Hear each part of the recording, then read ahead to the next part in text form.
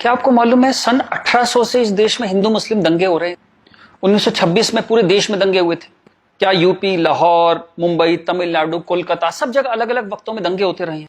तो ये जो एक गंगा जमनी तहजीब है ये कहाँ है? अगर इतने दंगे होते रहे, 100 साल से दंगे हो रहे हैं, तो कहाँ है ये गंगा जमनी तहजीब? चलिए एक और तरह से देखते हैं। आजादी का आंदोलन चला, गांधी जी हमारे लीडर थे, हम सब उन्हें प्यार करते हैं, बहुत आदर करते हैं, कोई इसमें डाउट ही नहीं है। अंबेडकर से गांधी जी का एक बार टकराव हुआ तो गांधी जी ने आमरण अनशन कर दिया अंबेडकर के घर के सामने। ये बात है 1932 की। आखिर में अंबेडकर को झुकना पड़ा, पूना पैक्ट हुआ और अंबेडकर ने एक बात कही जो बहुत प्यारी है, जो मैं गैलीलियो की बात टक्कर की बात मानता हूं, नेवरदलेस इट मूव्स, उस टक्कर की बात मैं मानता हूं। अंबेडकर ने कहा बात तो मेरी सही है, लेकिन इस वक्त आपकी जान चली जाए ये ठीक नहीं है, क्योंकि अभी देश को आपकी जरूरत है आजादी के लिए, तो मैं अपनी मांग वापस लेता हूं। हालांकि बात तो मेरी सही है। कितनी प्यारी बात थी। उस आमरण अनशन से अंबेडकर को झुकना पड़ा। 1939 कांग्रेस का अधिवेशन तिरुचुरी, सुभाष चंद्र बोस जीत गए थे कांग्रेस अध्यक्ष के लिए, सीतारामैया हार गए थे। लेकिन गांधी जी ने कहा कि नहीं, बोस नहीं बनेंगे वरना मैं छोड़ दूंगा कांग्रेस, ये वो बहुत कुछ टेंट्रम थ्रो किया। तो सुभाष चंद्र बोस ने त्याग पत्र दिया। यहां भी गांधी जी की जिद आगे आई। अंग्रेजों के खिलाफ भी उन्होंने भूख हड़ताल करी तो अंग्रेजों को झुकना पड़ा। तो लोगों के दिल में ये सवाल है, मेरे दिल में सवाल था, जब मैं 7th 8th स्टैंडर्ड में था तो मैंने अपने टीचर से पूछा था, जब जिन्ना ने कहा कि इस देश का पार्टीशन होगा, बंटवारा होगा, तो गांधी जी ने उसके घर के सामने आमरण अनशन क्यों नहीं किया? इस सवाल का जवाब कौन देगा? मुझे आज तक इस सवाल का जवाब नहीं मिला। खैर उसके बाद जिन्ना अड़ गए तो पार्टीशन हुआ। 47 में पार्टीशन में करीबन 15-20 लाख डेड बॉडीज, जो हिटलर नहीं कर पाया, 15-20 लाख डेड बॉडीज हमने देखी। कुछ करोड़, 1-1.5 करोड़ लोग यहां से उजड़ के वहां गए, वहां से उजड़ के यहां आए। पूरी ह्यूमन हिस्ट्री में इससे ज्यादा डेंजरस, इससे ज्यादा खतरनाक चीज कुछ नहीं हुई। शायद वो रवांडा टूटसी में जो प्रॉब्लम हुई वही इसकी टक्कर की प्रॉब्लम होगी।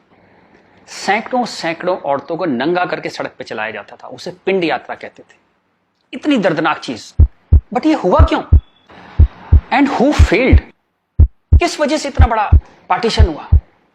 सिर्फ एक वजह से कि मुस्लिम्स ने कहा हम आपके साथ नहीं रहेंगे। और आप बकवास आज भी करे जा रहे हो गंगा जमनी तहजीब की, कौमी यकजहती की। 20 लाख लाशें गिर गई, आप अभी भी सच का सामना नहीं करोगे? उसके बाद जो पार्टीशन से लोग आए, यहां बहुत सारे शहरों में रहे और अगले 20, 25, 30 साल बड़ी गरीबी में रहे। ना उनके पास पैसे थे, ना कैंप बोल दिया जाता था, वहां कैंप में रहते थे। बहुत तकलीफों से उन्होंने 20-30 साल बिताए। अब तो वो लोग नहीं है, गुजर गए, लेकिन उनकी वो दर्द की, वो जो रोंगटे खड़े कर देने वाली उनकी कहानियां थी, वो कहानियां जिंदा है। वो लोग जिंदा नहीं है, पर वो कहानियां जिंदा है। और याद रखिएगा, कहानियां अपने हीरो से, अपने कैरेक्टर से ज्यादा उम्र रखती हैं। जीसस चले गए, कहानियां हैं। राम चले गए, कृष्ण चले गए, उनकी कहानियां चलती हैं हजारों सालों से। तो वो लोग चले गए, पर वो कहानियां इस देश के सबकॉन्शियस में चली गई हैं, कलेक्टिव सबकॉन्शियस में वो कहानियां हैं। इसलिए जो आप हेट्रेड देखते हैं हिंदू मुस्लिम की, वो बड़ी एब्स्ट्रैक्ट सी हेट्रेड है, उसकी कोई शेप नहीं है, आप मालूम भी नहीं पड़ता किस वजह से या किस चीज के लिए, पर वो है। फिर आजादी हो गई, सरकार बन गई, कॉन्स्टिट्यूशन आ गया। उसके बाद फिर अजीब अजीब सी चीजें होने लगी इस देश में। शरिया की बातें होने लगी, 4 शादियां कर सकते हैं, हां कर सकते हैं। शाहबानो आती थी तो पूरा पार्लियामेंट उल्टा लटक जाता था सुप्रीम कोर्ट को दबाने के लिए। ये कुछ अजीब अजीब सी चीजें होने लगी इस देश में। तो कभी ये क्यों नहीं कहा गया कि हाँ हम शरिया पूरी तरह लागू करेंगे, हिंदू चोर जेल में जाएगा, मुसलमान चोर के हाथ काट दिए जाएंगे, क्योंकि शरिया में ऐसा कहा गया है। ये कभी कहा ही नहीं गया किसी प्लेटफॉर्म पर, लोगों के दिल में था। अब इस सवाल को दबाया कैसे गया? कांग्रेस के हाथ में ताकत आई। अब उसे इस बात से बचना था कि पार्टीशन हमारी वजह से हुआ, हम लोग फेल हो गए। तो उन्होंने सारे टेक्स्ट बुक अपने हिसाब से लेके, सारे यूनिवर्सिटीज के वाइस चांसलर्स और ये एनसीईआरटी, सीबीएसई, सबके हेड्स उन्होंने अपने आदमी भर्ती करने शुरू किए। उन्हीं लोगों को पद्मश्री देना शुरू किया, उन्हीं लोगों को तमाम मनसब और तमाम तरह की, वही चीफ गेस्ट बनते थे जलसों में। सारी टेक्स्ट बुक वैसी छपने लगी, जहां बस यही बताया जाता था कि दे दिया में आजादी, बिना खड़क बिना ढाल। और वो जवाहरलाल नेहरू यहाँ फूल लगाते थे और उस बच्चे उन्हें चाचा नेहरू कहते थे। लाइसेंस राज था, सारा प्रेस उन्होंने कंट्रोल किया। और खुद वो बड़े मजे से रोजा इफ्तार की पार्टियों में जाते थे। वो पार्टियां जहां ये बताया जाता था कि कोई मिसट्रस्ट नहीं है इन दोनों कौमों के बीच में, बढ़िया दावतें खा रहे थे, रोजा इफ्तार कर रहे थे। कांग्रेस बिकेम अ मछली मार पार्टी। उन्होंने मुस्लिम वोटों की फिशिंग स्टार्ट कर दी, यहां से फिशिंग स्टार्ट हुई। और अगेन वही बात, कैरेट, एक बार जब बात समझ में आ गई तो फिर जितने नए नए लीडर आने लगे, लालू, मुलायम and so on, Mamata Banerjee, सब वही फिशिंग में लग गए। मैं एक बड़ा इंटरेस्टिंग एक अपना परसेप्शन देना चाहता हूं आपको। ब्रिटिशर्स जो 47 में इंडिया छोड़ के चले गए, मान लीजिए आजादी के बाद वो यहीं रह जाते, मान लीजिए जैसे साउथ अफ्रीका में हुआ, वहां से जब अंग्रेज छोड़ के गए तो सारे अंग्रेज छोड़ के नहीं गए, बहुत सारे अंग्रेज वहीं रह गए अफ्रीका में। आप उनकी क्रिकेट टीम देखते हैं ना, सारे उनके ग्रीम स्मिथ और पोलक और सब उनके एबीडी, सारे उनके प्लेयर्स जो हैं, जो नेशनल हीरोज हैं, वो वाइट हैं। एक दो रबाडा वगैरह, रबाडा और वो सब खेल लेते हैं, बट मोस्टली वाइट्स खेलते हैं। अंग्रेज वहां से छोड़ के नहीं गए, वहीं रह गए। खैर नेल्सन मंडेला ने उनको इतना खूबसूरती से हैंडल किया कि उस देश में भी वरना पार्टीशन होता और ऐसा ही खून बहता, बट वो इतने ही स्मार्टली उन्होंने हैंडल किया। वो एक अलग कहानी है, पढ़िएगा उसके बारे में। इस दुनिया की सबसे इंस्पायरिंग कहानियों में से है जो मंडेला ने किया। Great great guy. खैर, अगर यहां ऐसा होता कि ब्रिटिशर्स यहां रह जाते, तो मैं आपको मेरा ये एक आकलन है, तो 20-30 साल बाद एक पॉलिटिकल पार्टी पैदा होती जो उनके वोट की फिशिंग करती, और हमें यह समझाया जाता कि हिंदुस्तानी और ब्रिटिशर्स में कभी कोई झंझट था ही नहीं। They were friends, they were happy. हम मिलके होली, दिवाली, ईद मनाया करते थे।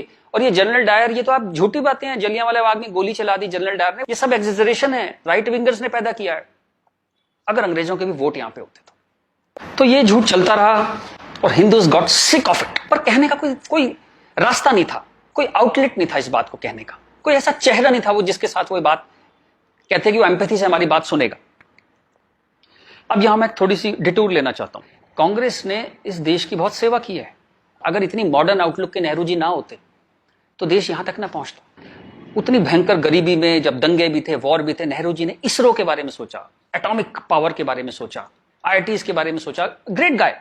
जो उनकी अच्छाइयां वो अच्छाइयां हैं, बट इसी के साथ जो गलतियां भी उन्होंने बहुत बड़ी करी। एक इतनी बड़ी चीज को, एलिफेंट इन द रूम जिसको बोलते हैं, डायनासोर आपके सामने खड़ा था, आप उसे एड्रेस, उसका सॉल्यूशन नहीं निकाल पाए। कम से कम हाँ तो कहते डायनासोर खड़ा है। और झूठ ऐसे ऐसे चलाए, जैसे कश्मीर के बारे में झूठ चलाया। 370 का तो कुछ हो नहीं सकता भाई। महाराजा हरि सिंह ने यही शर्त पे विलय किया था कश्मीर का, क्योंकि 370 उन्होंने तब किया, तो कुछ हो ही नहीं सकता इसका। अब पता लगा ये झूठ है, महाराजा हरि सिंह ने ऐसा कुछ साइन ही नहीं किया था। ये तो दलाल टाइप के लोगों ने 1.5 साल बाद, 1.25 साल बाद लाए 370, और अंबेडकर ने साफ साफ मना किया कि नहीं है ये 370 नहीं लगाऊंगा, इतनी खराब है ये। फिर भी लगा दिया आपने, जबरदस्ती ठोक दिया आपने। अब मैं अपनी बात पे वापस आता हूं कि नरेंद्र मोदी कोई आदमी है ही नहीं, ये वो खूंटी है जिस पे इस पूरे देश ने अपना ये जो बरसों का गुस्सा है, 50 साल का नहीं, 150-200 सालों का गुस्सा टांगना शुरू कर दिया उस खूंटी पे। डिस्कशंस स्टार्टेड हैपनिंग, गुस्से को एक जगह मिली, एंगर फाउंड अ वेंट। चलिए एक और बात करते हैं। मेरा मानना है कि हम लोग एक एहसान फरामोश कौम है।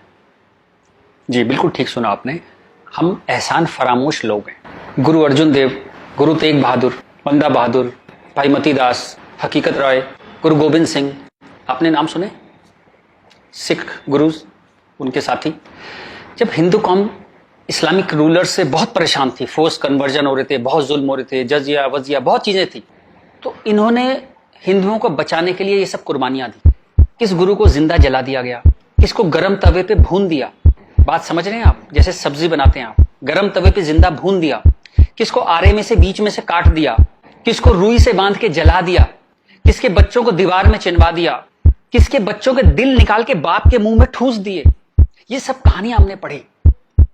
इनकी कविताएं हम स्टेज पे गाया करते थे जब हम छोटे थे। हकीकत हूं, हकीकत को हकीकत जब बताऊंगा, हूं एक लाखों को हकीकत मैं बनाऊंगा।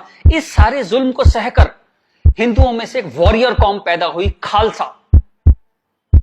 पर आजादी के बाद टेक्स्ट बुक, कांग्रेसियां टेक्स्ट बुक थी सारी, इरफान हबीब, रोमिला थापर, इन सब ने हमें हिस्ट्री पढ़ानी शुरू करी और ये कहा गया कि भाई हम बड़े सेकुलर हैं, सेकुलर रहो और प्रोग्रेसिव बातें करो। अगर आपने ये सब बातें करी तो बड़े आप कम्युनल कहलाओगे।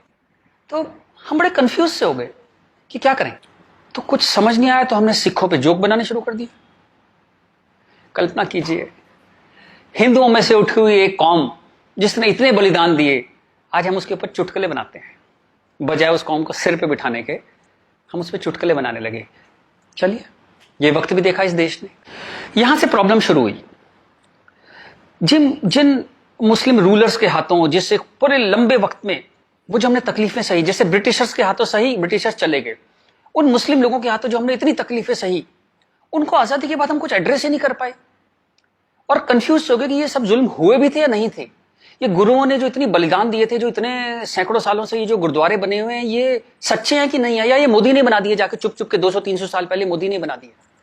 अंदर ही अंदर एक कैंसर है, इस गुस्से का एक कैंसर है जो इस देश को खाए जा रहा था कई सौ साल से। वो कैंसर पार्टीशन में दिखाई दिया, आपके 2 हाथ काटने पड़े, एक भारत एक पाकिस्तान बन गया, एक बांग्लादेश बन गया, 2 हाथ कट गए आपके अंदर इतना बड़ा कैंसर था। लेकिन आप क्या करते हैं, आप लिपस्टिक लगाते हैं, पाउडर लिपस्टिक लगा के आप कहते हैं भाई everything is well, all is well. चलिए इस प्रॉब्लम को एक और तरह से देखते हैं। तो ये भारत पाकिस्तान बांग्लादेश तीनों को मिला दें तो करीबन 50 करोड़ मुस्लिम लोग हैं यहाँ पे रहते हैं। ये कहां से आए? इतने मुस्लिम तो अरब में भी नहीं है, मिडिल ईस्ट में इतने मुस्लिम नहीं है। इस देश में पारसी भी आए, बुद्ध हैं, राजपूत हैं, सिख हैं, बहुत कौमें हैं, ये क्यों नहीं हो गए 50 करोड़? इस क्वेश्चन का क्या आंसर है?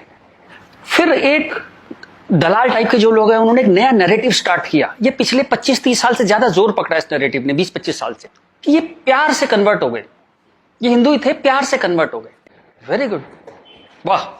ये कहा गया सूफी संत आते थे, दरवेश फकीर वकीर आते थे, उन लोग प्यार से कन्वर्ट हो गए। मैं आपको एक एग्जांपल देता हूं। जैसे हमारा एक बहुत बड़ा देश था, ऐसे एक बहुत बड़ा देश था पर्शिया, वहां पारसी रहते थे और वो कलाओं में, ट्रेड में, एजुकेशन में बहुत ऊपर देश था, उसकी वो पूरी सिविलाइजेशन बहुत हाई पे थी।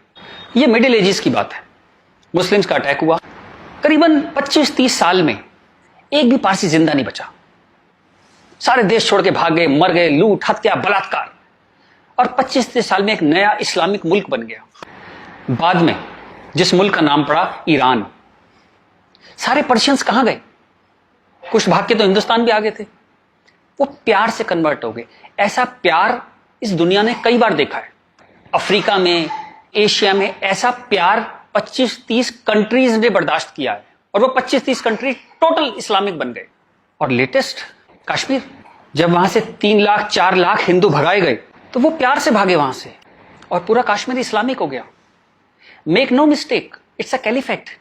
जो बगदादी करता है खलीफा जो अपना साम्राज्य बनाता है जहां सिर्फ मुस्लिम होते हैं और अगर गैर मुस्लिम है तो उन्हें डिम्मी बन के रहना पड़ेगा, खत्म होकर रहना पड़ेगा, वो कैलिफेट है इस्लाम की। इस वक्त कश्मीर में, हिंदुस्तान में कैलिफेट है। 1921 में मालाबार में दंगा हुआ था, वहां भी कैलिफेट बनाने की कोशिश की गई थी। कुछ 50,000 या 1 लाख हिंदुओं को बाहर निकाल दिया था वहां से, फोर्स्ड कन्वर्जन किया था, तो तब नहीं बना पाए। लेकिन आज कश्मीर में कैलिफेट है, ध्यान रखिएगा। ये आपकी गुलदस्ता और कश्मीरियत, जमहूरियत, इंसानियत सबके बीच में एक कैलिफेट बन गई। लेकिन आप कहते हैं कुछ हुआ ही नहीं है। और जब ये 3-4 लाख हिंदू वहां से भगाए गए 1 महीने के अंदर, तब कॉन्स्टिट्यूशन सो रहा था, इंटेलेक्चुअल सेमिनार कर रहे थे, गंगा जमनी तहजीब पे सेमिनार कर रहे थे और इस तरह की तमाम रोजा इफ्तार की दावतें चल रही थी। Happy, everybody was happy. और जो पूरी तरह इस्लामिक नहीं बना, उसके टुकड़े हुए, जैसे हिंदुस्तान के टुकड़े हुए, सूडान के टुकड़े हुए, और आपकी और हमारी जिंदगी में, हमारे लाइफ टाइम में स्वीडन के टुकड़े होंगे। आज से 15-20 साल के अंदर स्वीडन टूट जाएगा। ये एक प्रोसेस है जो पूरी दुनिया में चल रहा है। आप या तो बहुत भोले हैं, देखते ही नहीं, या आप इतने मूर्ख हैं कि दुनिया में क्या हो रहा है आपने कभी देखा ही नहीं, या आप झूठे हैं, या आप दलाल हैं। अगर आप इस पूरे प्रोसेस को मना करते हैं कि नहीं ऐसा कुछ नहीं था, यहां तो बड़ी गंगा जमनी तहजीब थी, आप इन सब में से एक है, या हो सकता है सब कुछ हो। चलिए मैं आपके साथ एक एक्सरसाइज करता हूं। आपके एक दादा होंगे, एक दादा परिवार है, दादा, चाचा, ताऊ, बुआ, फूफा, उधर के उनके बच्चे, सब एक पूरी फैमिली ट्री वो है। एक नाना की तरफ से है, तो एक आदमी करीबन ऐसे 10-15 परिवार उसके आसपास होते हैं। इसके बाद आप कॉलेज, आपका कॉलेज, स्कूल कॉलेज, जहां 50-100 स्टूडेंट हैं, जिसमें कुछ दोस्त हैं जो आपके साथ ट्रेवल करते हैं जिंदगी भर। फिर आपका मोहल्ला, आपकी कॉलोनी, वहां भी आप 10-20 परिवारों को जानते हैं। यूं कहें एक आदमी मोटा मोटा 700-800 1000 लोगों की खबर उसको होती है, डायरेक्ट खबर, चाहे मिले ना, कि कोई बहुत दूर रहता है, लेकिन हाँ पता लगता है उसकी शादी हो गई, उसके बच्चा हो गया, डेथ हो गई, कुछ बहुत अच्छा हो गया, बहुत बुरा हो गया, खबर आ जाती है कहीं ना कहीं से। अब मैं आपसे एक्सरसाइज करता हूं, पिछले 20, 30, 50 साल में ये इन 1000 लोगों में से कितने लोग मुस्लिम बने, कितने लोग कन्वर्ट हुए? आंसर मिलेगा 0। क्या हुआ? सारे सूफी, दरवेश, फकीर रिटायर हो गए, आईपीएल देखने चले गए, इस्लाम की कशिश खत्म हो गई? दोस्त, जब तक गर्दन पे तलवार ना हो ना, कोई कन्वर्जन नहीं होता, या बहुत सारे पैसे ना हो, कोई कन्वर्जन नहीं होता।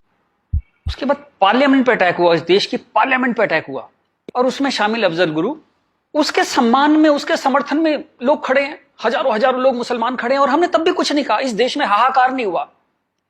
मुंबई में कुछ साल पहले आजाद मैदान में एक रैली हुई, किस लिए हुई? रोहिंग्याओं के समर्थन में।